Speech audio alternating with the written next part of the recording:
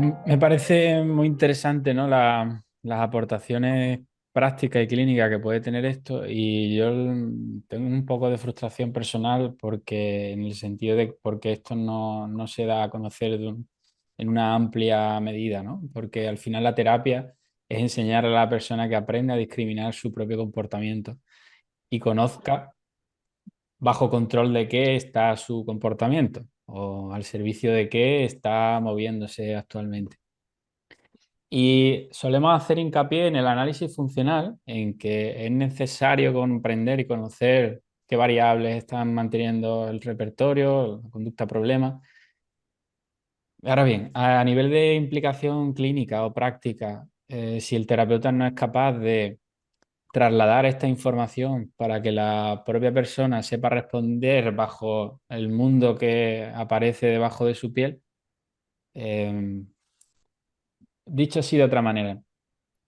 ¿Cómo el terapeuta puede, en un contexto que no promueve, porque el autoconocimiento, como has dicho, es de origen social, y también apuntaba así Skinner, eh, cuando una persona viene a terapia y repite un patrón una vez y otra vez y otra vez, que es algo bastante común, sobre todo cuando alguien repite un patrón una y otra vez, vuelve a caer, a recaer con su expareja, por ejemplo, o al final creo que hay aquí un trabajo importante en que aprenda a discriminar su propia conducta y que sepa un poco el terapeuta poder trasladarle lo que sería una CCR3 en FAP.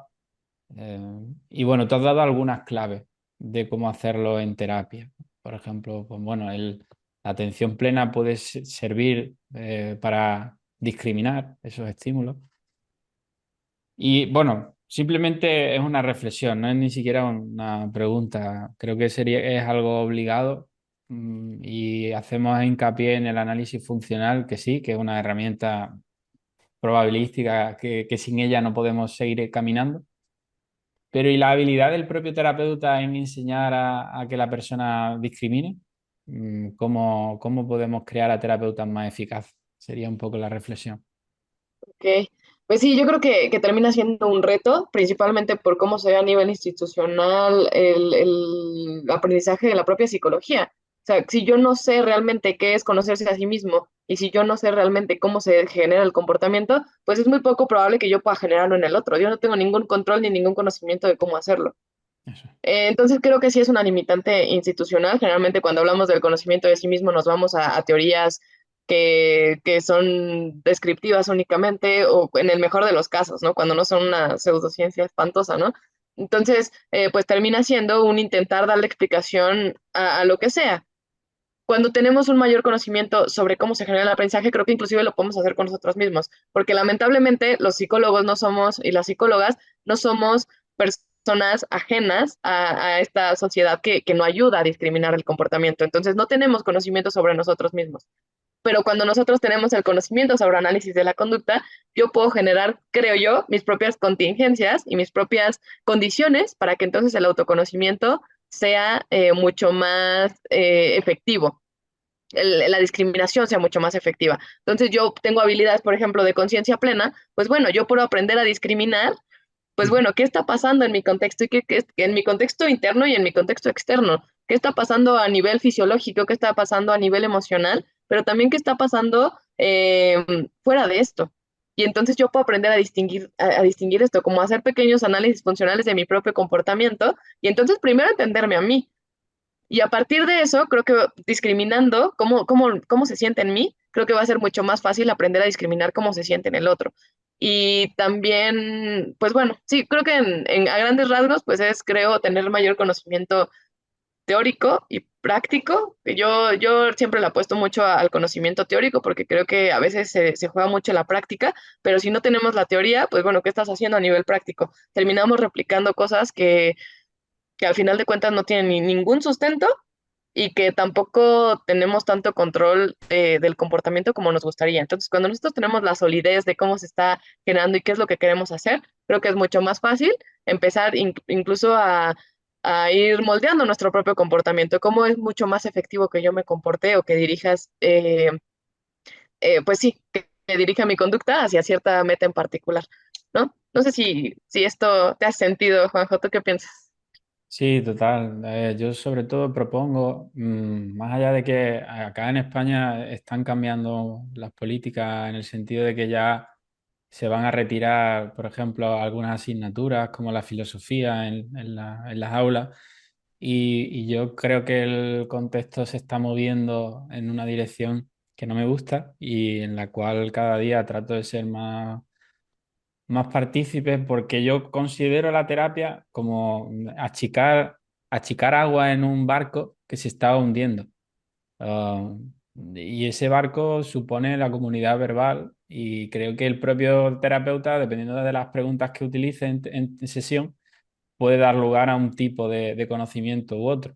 No es lo mismo preguntar a la persona en qué situaciones ocurre esto o por qué crees que ocurre, a modo de que pueda conocer y comprender que le lleva a actuar de determinada forma.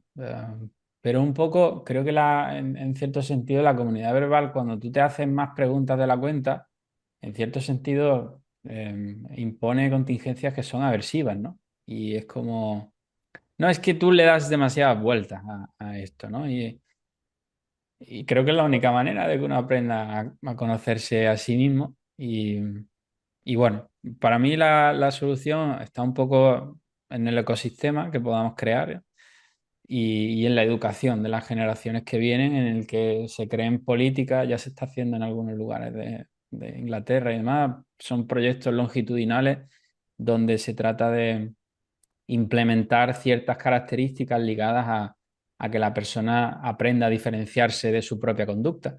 Y bueno, herramienta. Desde aquí, por mi parte, que tratemos de llevar esto a la educación y a la cultura y al psicólogo como psicoterapeuta, como un promotor del cambio de contingencia, no como un cambio, eh, bueno, no como un perpetuador o, o cambiar el síntoma o modificarlo, sino Claro.